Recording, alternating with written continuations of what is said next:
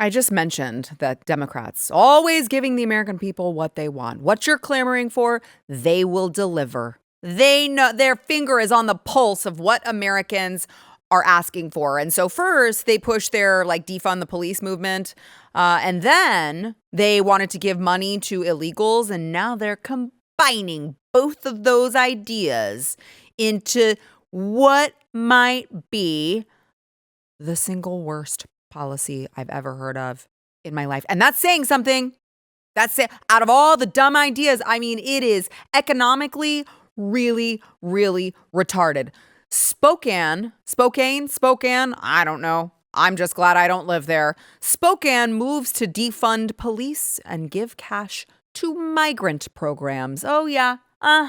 You thought both of those were retarded? Boy, now you're going to have to deal with the combination of them. Spokane Mayor Lisa Brown proposed redirecting $100,000 from the Spokane Police Department's public outreach budget to fund assistance programs for immigrant and refugee families when a member is arrested, detained, or deported by federal immigration agencies. So this is, of course, only if your relative is a criminal, right? Because they already said, we're going after the criminals on top of already being criminals because they're here illegally.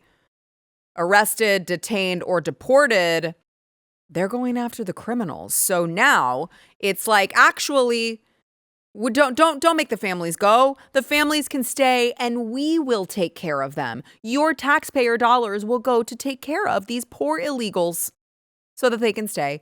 The Spokane City website branded this policy as directing funding to support families impacted by civil immigration enforcement.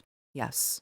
Civil immigration enforcement. It's not a criminal matter. You're not a criminal if you're here illegally. I mean, this is the way that they're framing it now. You heard it first with Jasmine Crockett. It did not work at all. At all. When she was in the podcast and she was like, well, yeah, let me tell you why the illegal immigrants aren't actual criminals. It's a civil matter. Yo. And you're like, what? You just said illegal. It's in the name, illegal. What do you mean? It's not a crime, ma'am. You're supposed to be a lawyer.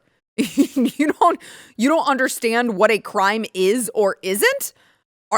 Are we just handing these fancy degrees out to anyone now? So they saw how terribly that worked for her. And the city of Spokane was like, I know.